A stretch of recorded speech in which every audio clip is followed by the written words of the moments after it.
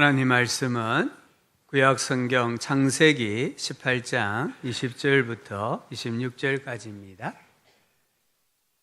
구약 창세기 18장 20절부터 26절까지 말씀을 교독하여서 읽도록 하겠습니다. 여호와께서 또 이르시되 소돔과 고모라에 대한 부르짖음이 크고 그 죄악이 심히 무거우니 내가 이제 내려가서 그 모든 행한 것이 과연 내게 들린 부르짖음과 같은지 그렇지 않은지 내가 보고 알려 하노라. 그 사람들이 거기서 떠나 소돔으로 향하여 가고 아브라함은 여호와 앞에 그대로 섰더니 아브라함이 가까이 나아가 이르되 주께서 의인을 멸하려 하시나이까. 그 성중에 의인 50명이 있을지라도 주께서 그곳을 멸하시고 그 50 의인을 위하여 용서하지 아니하시리까. 주께서 이같이 하사 악인과 함께 죽이심을 부당하오며 의인과 악인을 같이 하심도 부당하나이다. 세상을 심판하시는 이가 정의를 행하실 것이 아니니. 함께 읽읍시다. 여호와께서 이르시되 내가 만일 소돔 성읍 가운데에서 의인 50명을 찾으며 그들을 위하여 온 지역을 용서하리라. 추수감사 주일을 맞이해서 또 이렇게 아름다운 찬양 감사드리고요. 우리도 한번 주님 앞에 고백했으면 좋겠어요. 이렇게 고백하시죠. 주님 감사합니다. 우리 앞뒤 좌우로도 한번 인사합시다. 감사했습니다. 우리 스스로 살아오는 거 아니고요. 위로서는 하나님이 은혜 주셔야 되고 또 옆으로는 우리 이웃들이 또 성도들이 가족들이 인생의 지렛대 역할을 해줘야 우리가 살아가게 되는 줄 믿습니다. 오늘 설교 제목이 리스트의 힘입니다. 조금 이 리스트라는 단어가 영어 단어입니다만은 우리는 항상 이 리스트를 가지고 살아가는 사람들이에요. 이 리스트가 얼마나 중요한가를 잘 보여주는 사건이 있습니다. 2017년 중국 광저우 아시안 게임입니다. 이때 우리나라와 대만이 야구 예선전을 치루었습니다. 우리나라에서 경기 중간에 윤성민 투수를 구원 투수로 내보내었어요. 그러자 대만 감독이 그라운드로 뛰어나오더니 항의를 합니다. 알고 보니까 이 윤성민 투수는 그날 대만전에 출전할 수 없는 거예요. 출전할 명단에서 처음부터 빠져 있었습니다. 감독이 깜빡 잊고 투수 교체를 했다가 국제적인 망신을 당했습니다.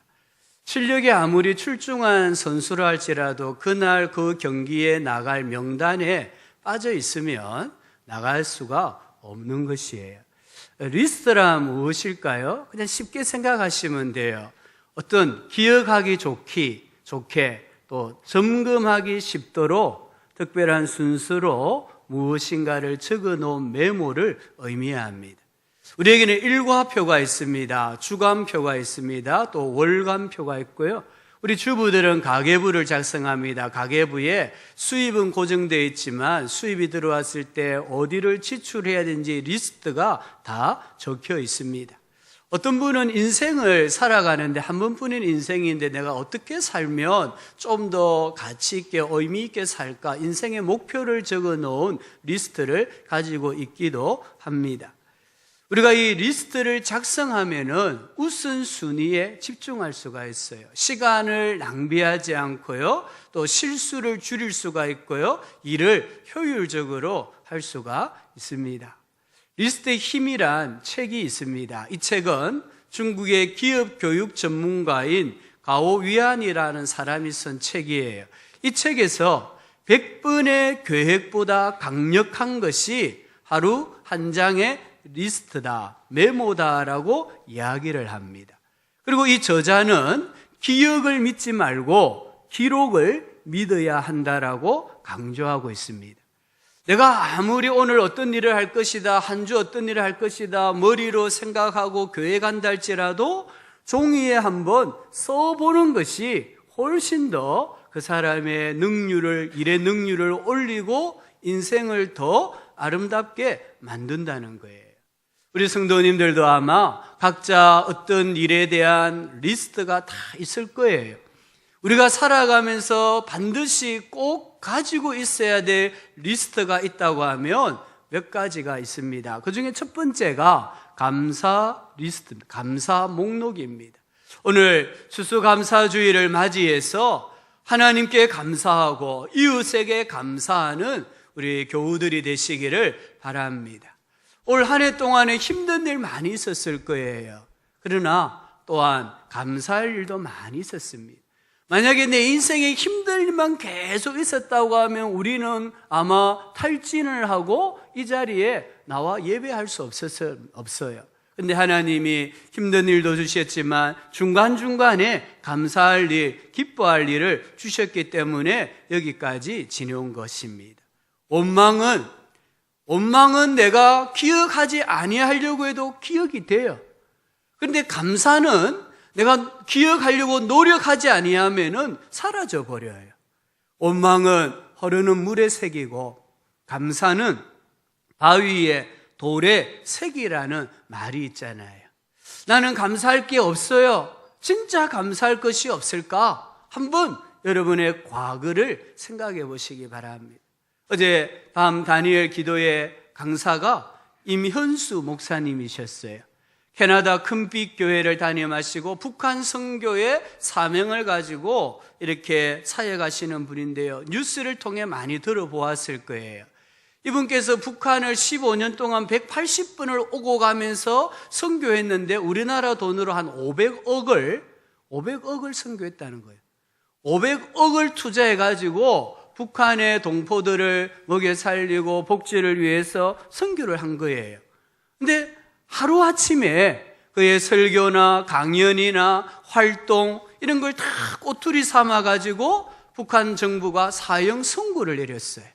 그리고 평생 노동교화형을 언도를 합니다. 그러면 이분이 감옥에 갇혀요. 그 큰 감옥에 이 목사님 혼자 갇혀 있는 거예요. 그리고 한 40명의 군인이 2인 1조가 되어서 24시간 감시를 한다는 거예요. 교도소 자기 감방 안에 이렇게 바로 서지도 못하는 그 감방 안에 감시 카메라가 2개가 있고 이분이 밖으로 나가게 되면 더 많은 감시 카메라가 이분을 감시를 하는 거예요. 한 31개월 동안 교도소 생활을 하다가 이제 석방이 되었습니다. 근데 이분이 그 31개월 동안 혼자 그 큰 감옥에서 외로움을 견디고 고난을 견디면서 하나님 앞에 뭘 배웠느냐? 감사를 배웠다라고 말했어요. 이분이 석방되어 나와가지고 아내와 이야기하는 게 너무 감사하더라는 거예요. 왜? 그 안에는 자기가 말도 걸 수 없고 자기에게 말을 거는 북한 사람도 아무도 없었다는 거예요.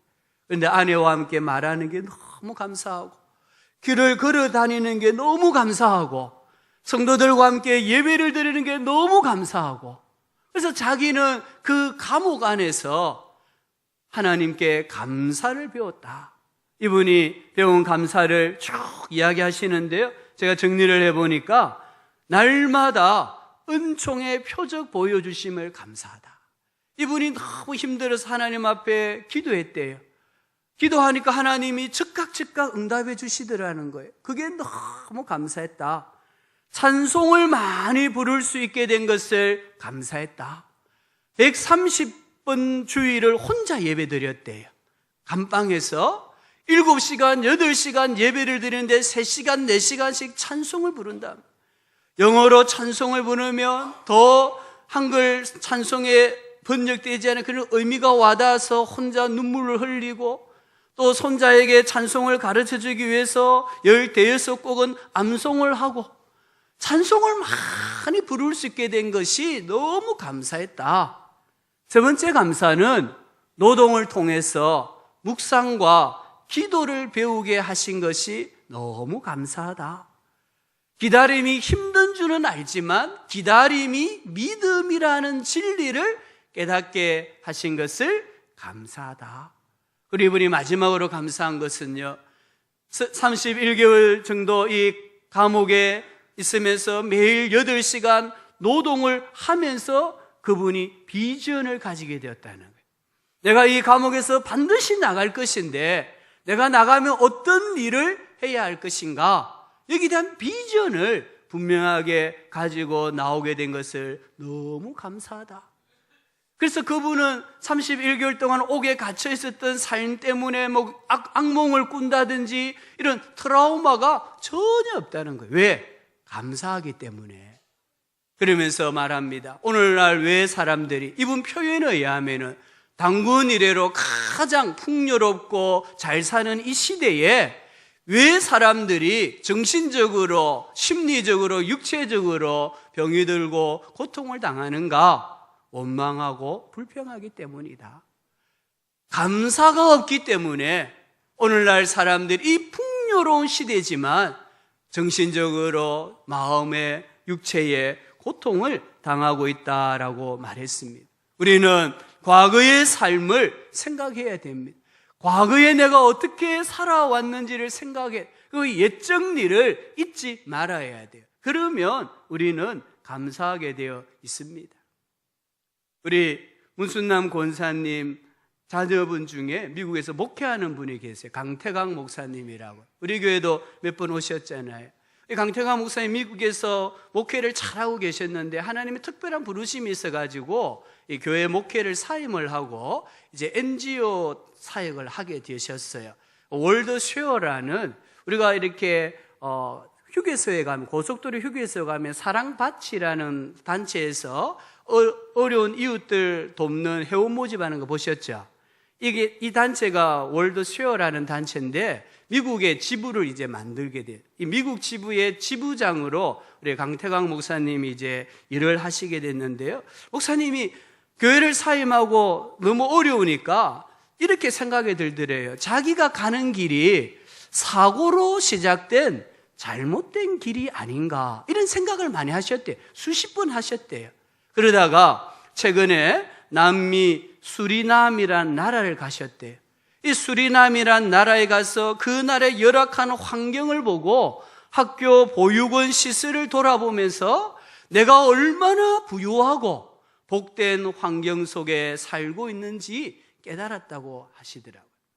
이 수리남이란 나라의 아이들이 1년에 학교에 가는 육성회비가 $4입니다. 우리나라도 약 4,500원. 한 달에 1년에 4,500원이 있으면 학교를 가는데 이 돈이 없어가지고 아이들이 학교를 다니지 못하고 있다는 거예요.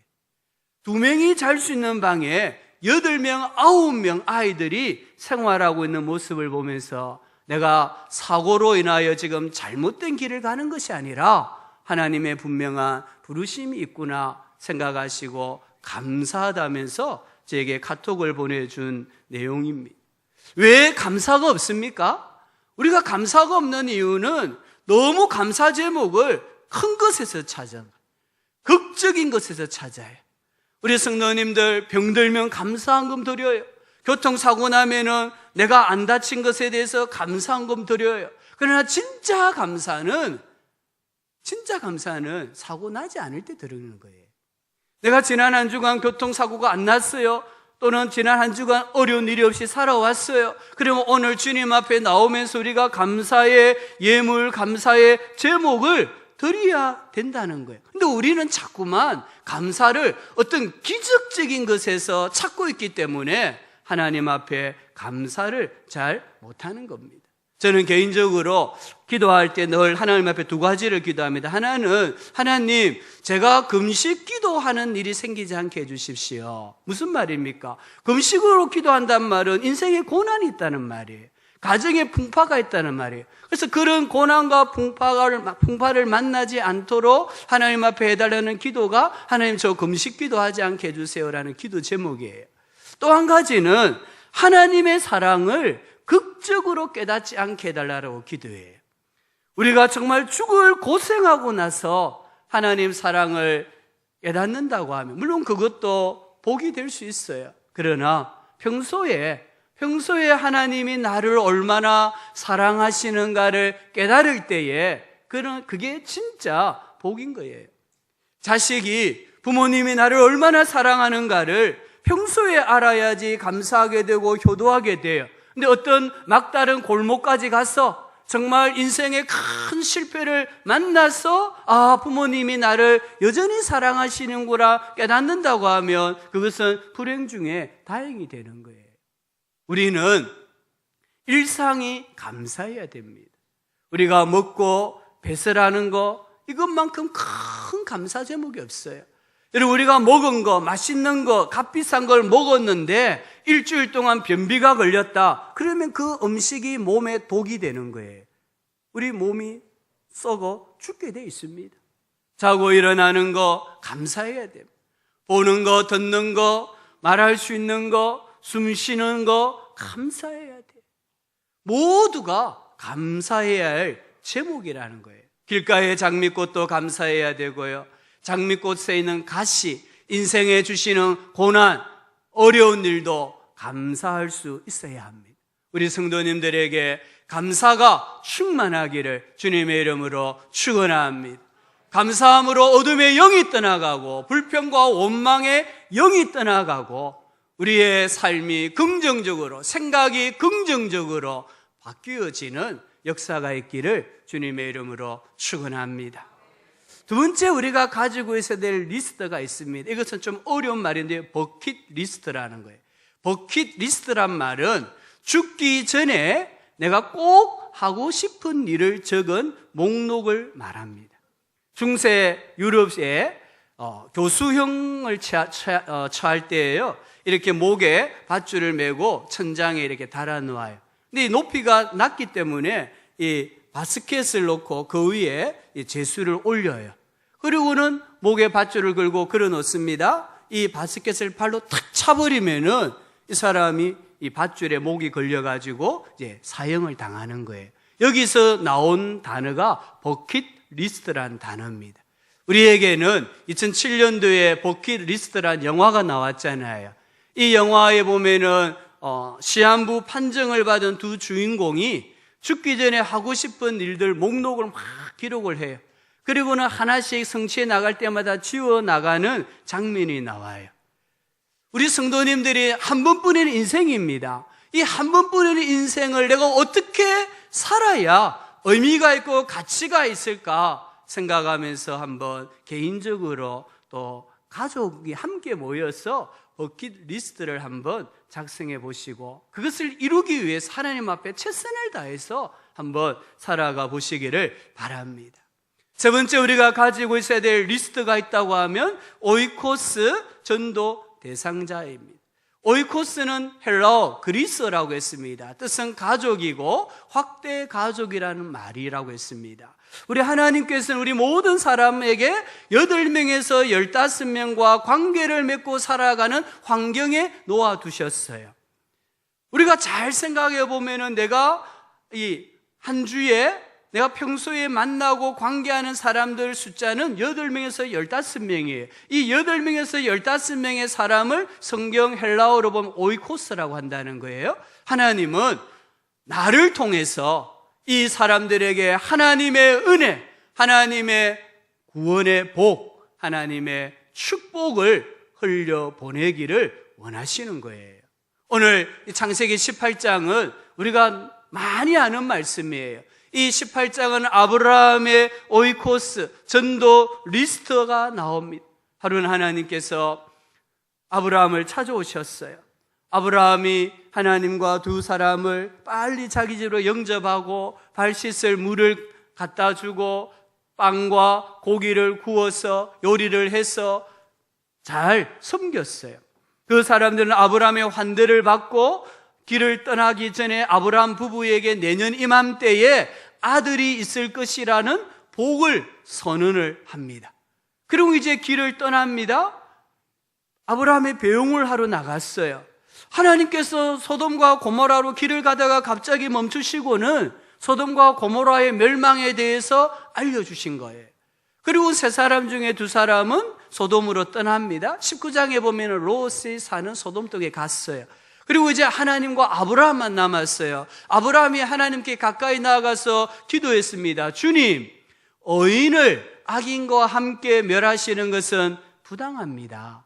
그 성중에 의인 50명이 있으면 그 50 의인을 위하여 용서해 주시겠습니까? 하나님 말씀하십니다.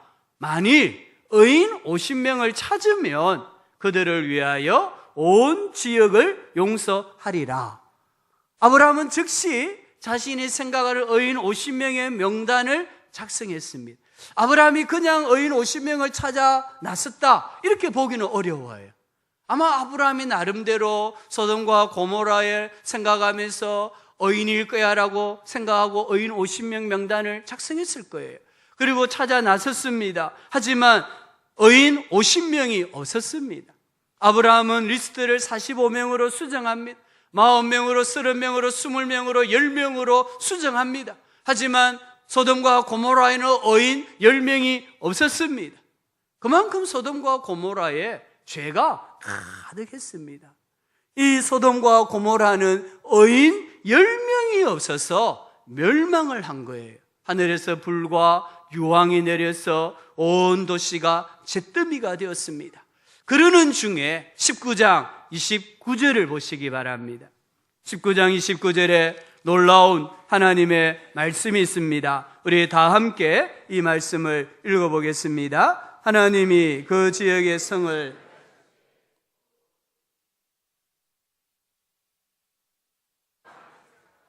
롯을 그 엎으시는 중에서 내보내셨더라. 아멘. 하나님께서 소돔과 고모라의 불과 유황으로 지금 멸하고 계시는 중에 하나님이 누구를 생각하셨다고 했습니까? 아브라함을 아브라함의 뭘 생각하셨을까요? 아브라함의 기도를 생각하신 거예요. 아브라함의 전도 리스트를 생각하신 거예요. 그리고 롯을 그 멸망시키는 중에 건져내셨다라고 말씀하고 있습니다. 하나님은 아브라함의 그 전도 대상 목록을 보시고 기억하시고 롯을 구원해 주신 거예요. 한 장의 메모가 주님의 마음을 감동을 시킨 거예요. 우리 예수님도 마찬가지입니다. 우리 예수님은 12 제자의 명단, 리스트를 가지고 계셨을 거예요. 저는 예수님이 그냥 길을 가다가 너 나 따라와 제자 돼 이렇게 말씀하시지 않았다고 봅니다. 예수님께서는 갈릴리 해변에 수많은 어부들이 있지만 그 어부들 중에 베드로와 안드레와 야고보와 요한을 부르셨어요. 또 예수님은 그 수많은 유대인들이 무화과 나무 아래에서 구약을 율법을 연구하는데 나다넬 혼자만 부르셨어요. 왜 그랬을까요? 예수님은 나름대로 내가 어떤 사람을 나의 제자로 불러서 3년을 교육시켜 전 세계 복음화를 맡겨야 되겠다라는 비전이 있었고 리스트를 가지고 계셨던 거예요. 그래서 예수님은 길을 가다가 어부들 중에 예수님의 목록에 적합한 베드로, 안드레, 야고보, 요한을 부르신 거예요. 나다나엘을 부르신 거예요.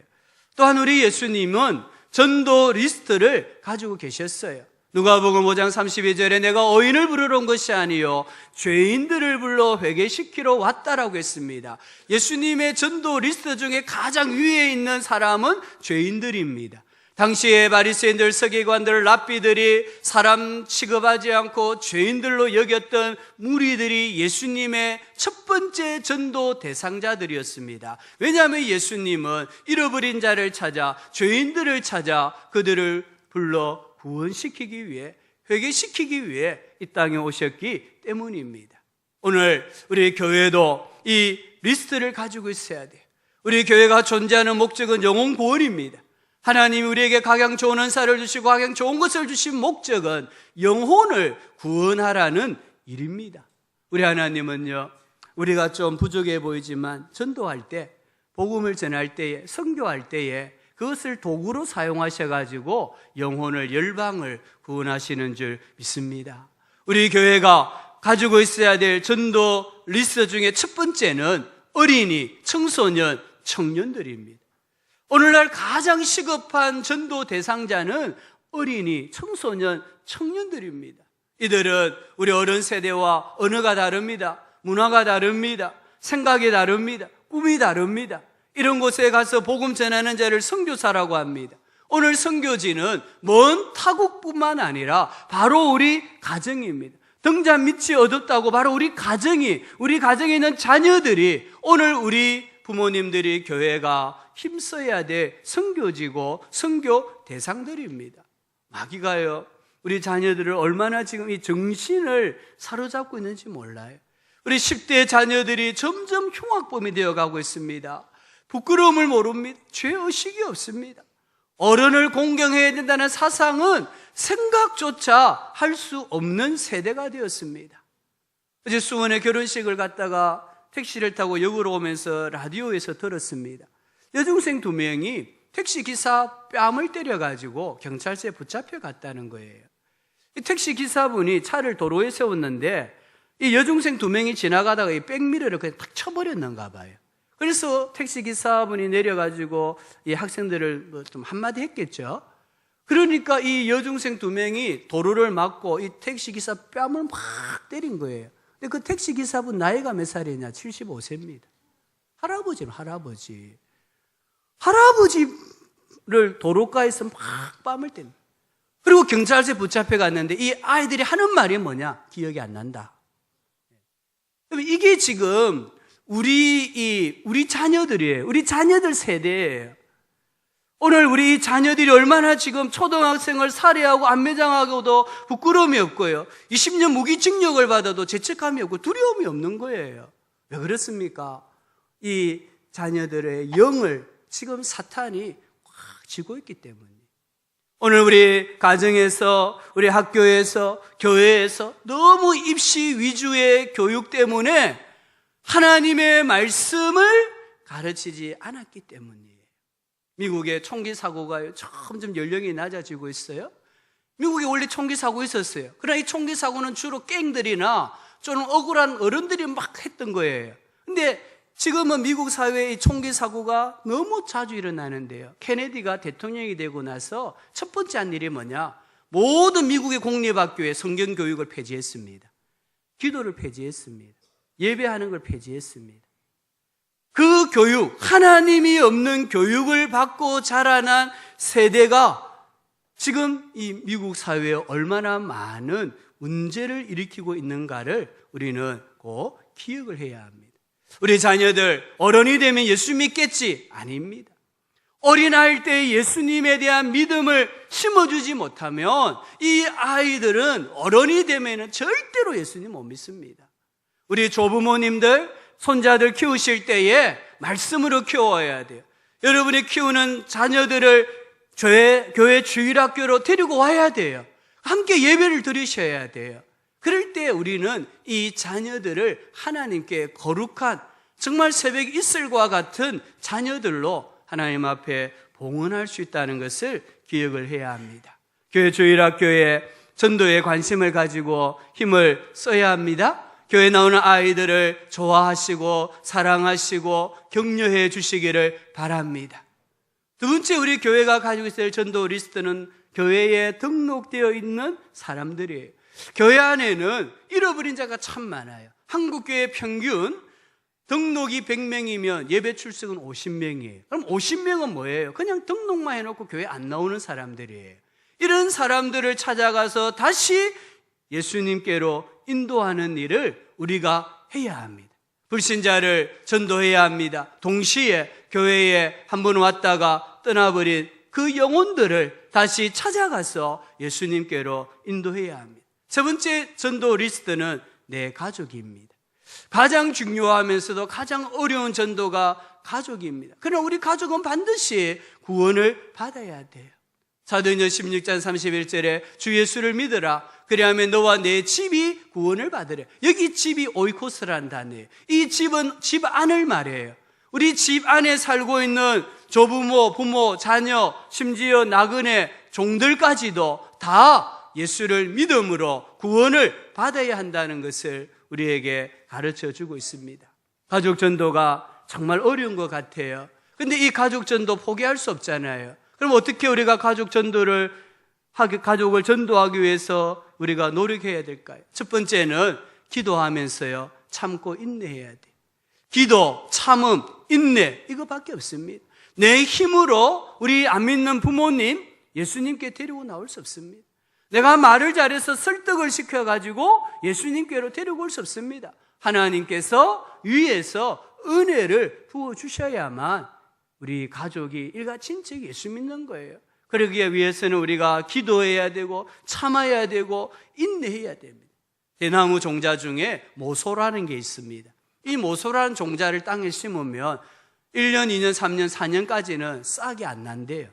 또 5년이 되면요, 5년 한순간에 1m 이상 자라요. 6주가 되면은 15m 이상 자라요. 그럼 4년 동안 뭐 하냐? 4년 동안은 땅 속에 뿌리를 깊이 내리는 거예요. 이와 같이 우리 가족을 위해서 기도합니다. 참습니다. 인내합니다. 근데 열매가 보이지 않아요? 그래도 우리는 끝까지 기도하고 참고 인내해야 돼요. 그러면 언젠가는 하나님께서 그 사랑하는 가족을, 일가 친척을 구원해 주시는 역사가 일어나게 되어 있습니다. 두 번째는 가족 전도를 하기 위해서 가족이 교회에 오면은 핑계 될 수 있는 핑계거리를 없애야 돼요.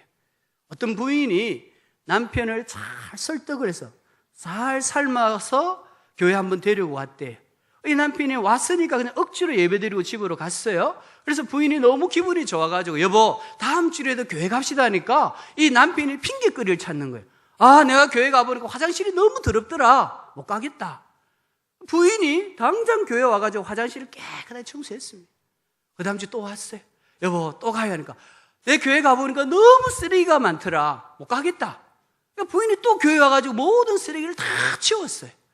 남편이 핑계거리 될 만한 거 있으면은 부인이 먼저 한 발 앞서서 다 치워버리고, 그래서 그 남편이 교회 신앙생활을 잘 한다라는 그런 이야기를 제가 읽어보았어요.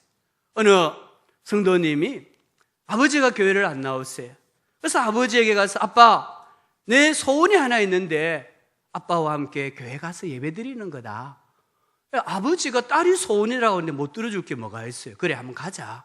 그래서 이 아버지가 딸과 함께 교회 와서 예배를 드리는데 3번 나오고 안 나오시더라는 거예요. 물었어요. 아빠 왜 교회 안 나오세요? 이 아버지가 하는 말이 내가 교회 나가지 않기로 결심한 이유가 있다. 2가지를 말씀했는데 한 가지는 조금 아직 예수님에 대해서 모르기 때문에 그런 말씀을 하실 수 있어요. 근데 한 가지가 제가 들었을 때 참 이게 중요한 것 같아요. 이 아버지가 딸이 그토록 좋아하는, 자랑하는 예수님을 자기가 한번 믿어보려고 교회를 나왔는데 예배를 드리는데 교회 제일 앞줄에 앉아있는 사람들이 다 졸더라는 거예요. 성시에 다 졸더라는 거예요. 아니 우리 딸이 이렇게 자랑하고 이렇게 좋아하는 예수님께 예배를 드리고 말씀을 듣는데 졸더라는 거예요. 아, 그래서 나는 예수님 안 믿는다, 이렇게 결심을 했다는 거예요. 우리 성도님들이 예배 시간에 조심하면 안 돼요. 특별히 새 가족이 왔고 초신자가 왔는데 우리가 예배 드리는 모습을 보고 은혜를 받고 감동을, 야 진짜 예수님이 좋은 분이구나, 이걸 알아야 되는데 우리는 예수님이 좋다고 해서 막 데리고 왔는데 졸고 그러면은 전도 문을 다 막는 거잖아요. 그래서 우리가 우리 가족이 교회에 왔을 때 핑계대지 못하도록 미리 다 제거해야 돼. 그럴 때에 우리 가족이 정말 구원받게 돼 있어요. 세 번째는 우리가 가족 전도를 위해서 절대로 포기하면 안 돼요. 내가 포기하면요, 이 가족이 예수님을 믿어 구원받을 기회가 없는 거예요. 지난 주간에 어느 집사님 아버님이 병원에 입원하셔가지고 아내와 함께 신방을 갔어요. 평소에 아버님이 조금 교회에 대해서 부정적이라는 말씀을 들었기 때문에 참 신방을 가야 되나 말아야 되나 고민을 하다가 그래도 신방 가서 인사는 하는 게 맞겠다 싶어서 아내와 함께 신방을 갔어요. 그리고 이제 저는 그냥 인사만 하고 돌아서려고 하는데 제 아내가 어르신 목사님인데 한번 기도 한번 해도 되겠습니까? 이 어르신이 그냥 쉽게 예 하시더라고요. 그래서 제가 손을 잡고 어르신의 이 질병이 빨리 치유되기를, 건강해지기를, 평안하기를 막 기도를 했어요. 그리고 예수님 이름으로 기도합니다 했는데 이 어르신이 아멘 하시는 거예요. 깜짝 놀랐습니다. 제가요, 보통은 이렇게 안 믿는 부모님이라도 또 병자고 하면 가서 말을 해요.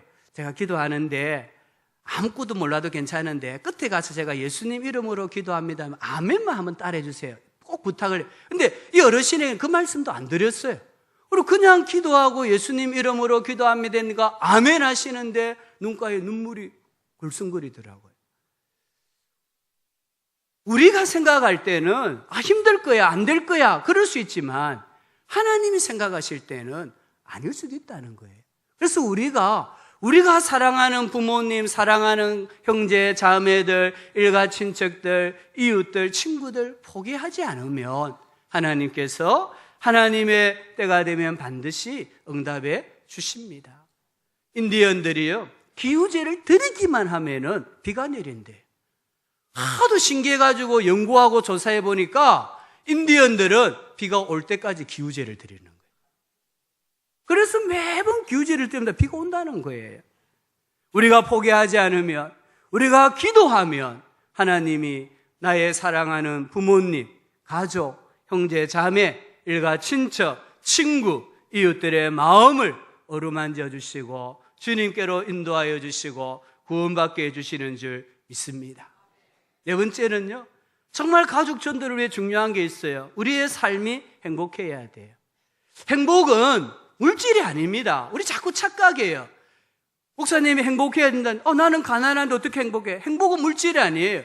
행복은 성취도가 아니에요.